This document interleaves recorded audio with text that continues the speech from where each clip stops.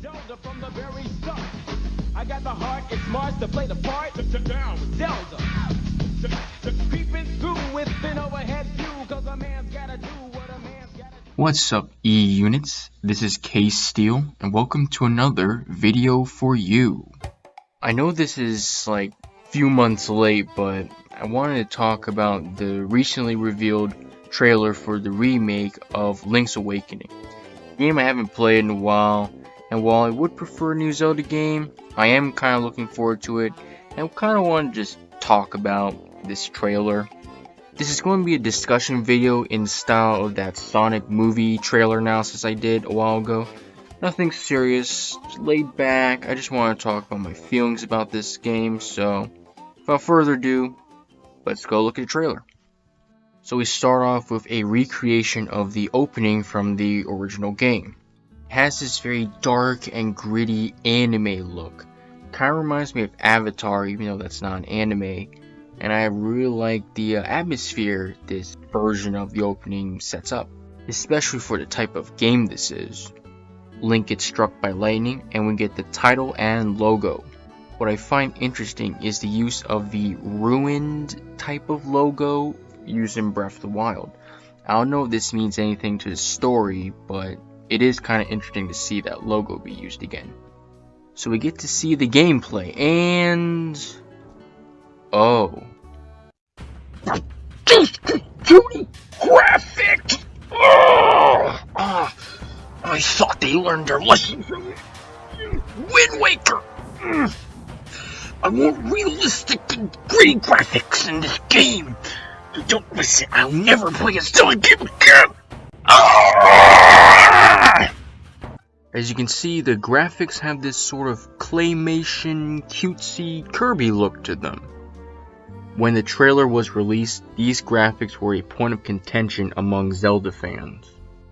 Based on observations, it seems like a lot of people thought that the graphics were inappropriate for the type of game this was. Without spoiling anything, this game isn't particularly bright and cheerful. I personally disagree, as I think that the use of this claymation Kirby looking graphics give this game a sort of Garden of Eden-ish feel to it. When you start off the game, it's like, oh, everything's happy, it's great, I love it, I want to live here forever. But then when the game progresses and you start learning about what's going on, you're like, oh, this isn't actually that good. This is going to be a terrible thing if I don't do something about it. This metaphor is also assisted by this gritty anime opening.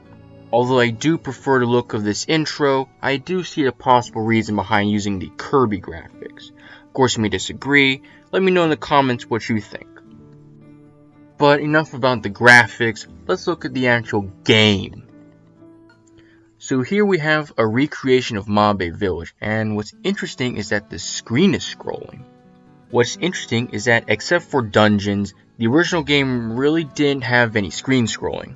It was all just screen transitions, and although other 2D Zelda games might have incorporated like some screen scrolling, they all kept the screen transitions. This game seems to not have any screen transitions at all. I'm not sure if it was ever revealed as to why the screen transitions were removed, but my best guess is that they found that type of mechanic to be archaic and interrupting the pacing of the game, which I can see that being the case. I don't really mind its removal, I actually kind of prefer it, but it's just something I noticed. Some more gameplay, and this scene here shows us that the shield being used is the Hylian shield, which I find interesting as it kind of makes me think that this is a modernization of Link's Awakening, along with a few other details like Link's design. This makes me happy, as I like remakes that, although they keep the content the same, they'll reconstruct it in a more modern way or a different way, or they'll add new content here and there, which I hope this game does, by the way. Aside from that, we got shots of the beach and that banana house with the Octoroks and the urchin enemies from Kirby that I can't remember the name of, unfortunately. I must mention that one of the things that makes this game particularly famous is the inclusion of content and references from other Nintendo franchises like Mario and Kirby. You may have already noticed things like Mario's Chain Choms and Kirby's Urchin enemies. However, since Nintendo greatly evolved since the original date of Link's Awakening's release, I'm wondering if they will update a few references and add some references to other franchises that were released since. Like, well, I don't know, Pokemon? Just saying. Here we have Link at a castle whose owner is another reference to a Nintendo game, although I'm wondering if they'll keep references like that because the game that character is from is really old. I don't know if people really remember it. Hopefully they don't remove it, but I'm just wondering. We're at the outside of a dungeon with aquatic enemies, and I remember those enemies right there, those flowers. I hate those enemies, they look creepy. We have a shot of one of the major characters, Marin, who's singing her song. By the way, that statue, if memory serves me right, has a lot of importance. Keep that in mind, new players. We're in the forest that's north of Mabe Village, and that's the owl who's practically the forbidden fruit of this game.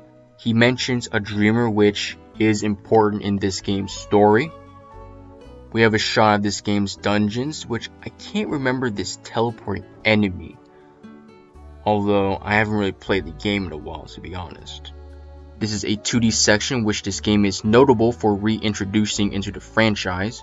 What's interesting is that it seems like Link has a lot more weight to himself when he jumps. I am happy for his change, as the original jumping mechanics in Link's Awakening were very floaty and it was hard to control Link that way, to which future games like Oracle of Ages and Seasons fixed. Here we have a battle with Moblins, which it's cool to see him again. Here we have a battle with a mini-boss. I can't remember the name of the mini-boss. And here we have the release year, 2019, which I am happy that it's being released this year.